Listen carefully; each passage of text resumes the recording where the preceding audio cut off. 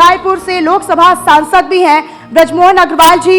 मैं रिक्वेस्ट करूंगी आपसे कि आप मंच पर आए और तालियों की गड़गड़ाहट के साथ आप स्वागत कीजिए। जब यहां पर कोई मेहमान आता है तो उसका प्रोत्साहन तालियों के साथ ही होता है, तभी वो अपनी बेहतर तरीके से बात रख पाता है। सर प्लीज आप मंच पर आइए। और देखिए, इसमें खास बात ये भी है कि जो अब चुनाव हुए उसमें बड़ी रिकॉर्ड मतों के साथ इन्होंने अपनी जीत दर्ज की है। तमाम मुद्दों को लेकर, रोड मैप को लेकर, रणनीति को लेकर ये बात करेंगे और इस सेशन को आगे बढ़ाएंगे मेरी वरिष्ठ सहयोगी रचना बंसल जी। रचना बंसल जी,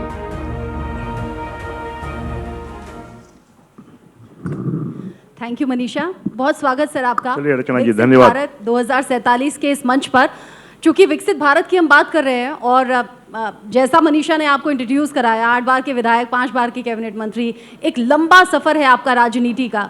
विकसित भारत में छत्तीसगढ़ का योगदान कैसे देखते हैं आप? सबसे पहले तो मैं न्यूज इंडिया को विकसित भारत कॉन्क्लेव के लिए बहुत बहुत धन्यवाद, बधाई देता हूं।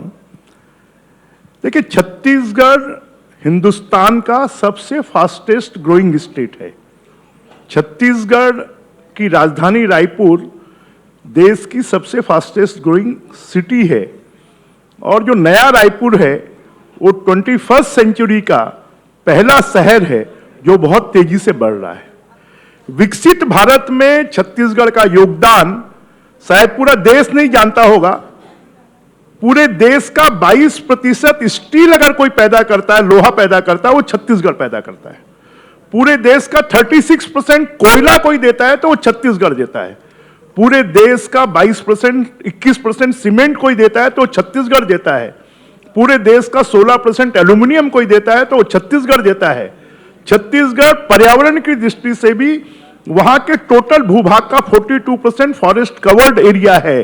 और अब छत्तीसगढ़ लिथियम जैसा हमारे देश में जो हम सेमीकंडक्टर की बात कर रहे हैं, अगर रेयर मिनरल्स अगर कहीं पर कोई इस देश को देने वाला है तो छत्तीसगढ़ देने वाला है, जो हमारे आईटी के सेक्टर में, एआई के सेक्टर में महत्वपूर्ण योगदान देगा।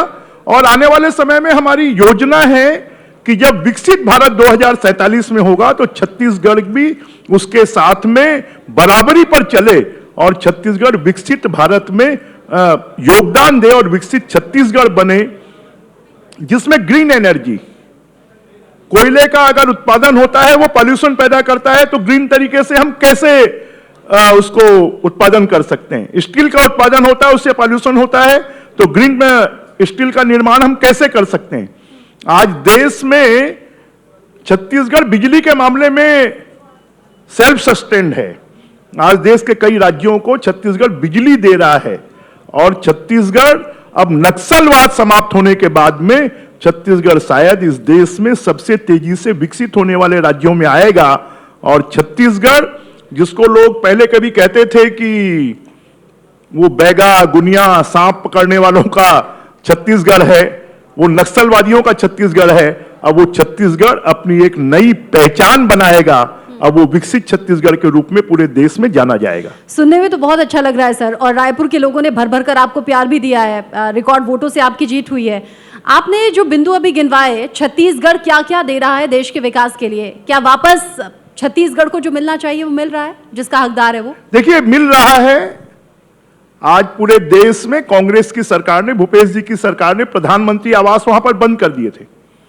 पूरे देश में सबसे ज्यादा 18 लाख प्रधानमंत्री आवास एक साल में कहीं दिए गए तो छत्तीसगढ़ को दिए गए। छत्तीसगढ़ क्योंकि बहुत बड़ी रेवेन्यू रेलवे को देता है, देश की 16% रेवेन्यू रेलवे को देने वाला कोई है तो छत्तीसगढ़ है। आज 40,000 करोड़ की रेलवे की योजनाएं वहां पर चल रही हैं और आने वाले समय पर 2 लाख करोड़ तक की योजनाएं चलेंगी। कभी 60 सालों में, पिछले 60 सालों में छत्तीसगढ़ का 75% हिस्सा रेलवे से कटा हुआ था। अब छत्तीसगढ़ का बस्तर, जो जंगल से आच्छादित है, जहां की ट्राइबल कल्चर को पूरा विश्व देखना चाहता है, अब वो रेलवे से जुड़ रहा है। सरगुजा रेलवे से जुड़ रहा है।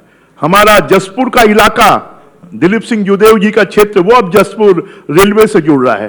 रोड कनेक्टिविटी अब रायपुर से विशाखापट्टनम तक भारतमाला रोड बनाई जा रही है, जो एक्सपोर्ट के लिए, इंपोर्ट के लिए कनेक्टिविटी के लिए बहुत बड़ा योगदान होगा, तो केंद्र की सरकार मोदी जी के नेतृत्व में छत्तीसगढ़ के विकास के लिए जितना योगदान होना चाहिए उतना योगदान मिल रहा है, और भी ज्यादा योगदान हमको मिलेगा। नक्सलवाद कितना बड़ा चैलेंज है, और जो डेडलाइन रखी हुई है नक्सल मुक्त छत्तीसगढ़ के लिए, वो समय से पूरी हो जाएगी? देखिए, मोदी जी के नेतृत्व में, अमित शाह जी की अगुवाई में और विष्णुदेव साय जी के मार्गदर्शन में जो काम पिछले 50 सालों में नहीं हो पाया उसको 2 सालों में करके दिखाया। उन्होंने डेडलाइन दी कि 31 मार्च 2026 तक नक्सलवाद समाप्त होगा। आज हम कहेंगे कि 95% नक्सलवाद समाप्त हो गया है। अब नक्सलवादी खुद सरेंडर कर रहे हैं। नक्सलवादियों के जितने बड़े नेता हैं वो मारे गए हैं और उनको कहा गया है कि आप आइए, सरेंडर करिए, मुख्य धारा में जुड़िए, आपके लिए लाल कारपेट बिछा हुआ है। आपको जीवन जीने के लिए जितनी आवश्यकताएं हैं वो सब आपको उपलब्ध करवाई जाएंगी। और इसलिए तो अब नक्सलवादी ही आपस में झगड़ने लगे हैं। कुछ कहते हैं हमें सरेंडर करना है, कुछ कहते हैं नहीं करना है। मुझे लगता है कि जो डेडलाइन है उस डेडलाइन के पहले नक्सलवाद से मुक्त छत्तीसगढ़ हो जाएगा और वहां का आम गरीब जंगल में रहने वाला जो वनवासी है, जो नक्सलवाद के कारण विकास से दूर था, अब वो विकसित छत्तीसगढ़ में रहने लगेगा। एक तरफ आप कह रहे हैं कि नक्सली सरेंडर कर रहे हैं, वो तस्वीरें भी सामने आती है, एक साथ बड़ी संख्या में नक्सली आते हैं, सरेंडर करते हैं, हथियार उनके पास से मिलते हैं। दूसरी तरफ जब बड़े नक्सली ढेर होते हैं तो उनके समर्थन में कई युवा सड़कों पर आ जाते हैं। ये कितनी बड़ी चिंता की बात है। छत्तीसगढ़ से लेकर दिल्ली तक तस्वीरें हमने देखी हैं। कितने लोग आए? उंगलियों पर गिने चुने लोग। बट वो चैलेंज तो है। नहीं, वो चैलेंज नहीं है। जो लोग देश में शांति, सुरक्षा और विकास नहीं चाहते, जो विदेशी पैसों के ऊपर और विदेशी संस्थाओं के प्रश्रय के ऊपर में उनकी उंगलियों पर खेलते हैं, ऐसे लोग आते हैं। अगर आप अकेले में उनसे पूछेंगे कि आप क्या देश को विकसित नहीं चाहते हैं, आप क्या देश में आतंकवाद को समाप्त करना नहीं चाहते हैं, क्या आप वनवासियों का विकास नहीं चाहते हैं, मैं जरा पूछना चाहता हूं आखिर नक्सलवाद क्या है, क्यों है, किस लिए है? क्या बच्चों को स्कूल से मरहूम करने के लिए नक्सलवाद है? क्या सड़कों को बम से उड़ाने के लिए नक्सलवाद है? क्या सुरक्षा एजेंसियों के ऊपर में बम ब्लास्ट करके, माइनिंग ब्लास्ट करके, इसके लिए नक्सलवाद है? क्या लोगों के अनाज को छीन लेना नक्सलवाद है? क्या वहां पर लेवी वसूल करना आदिवासियों से यह नक्सलवाद है?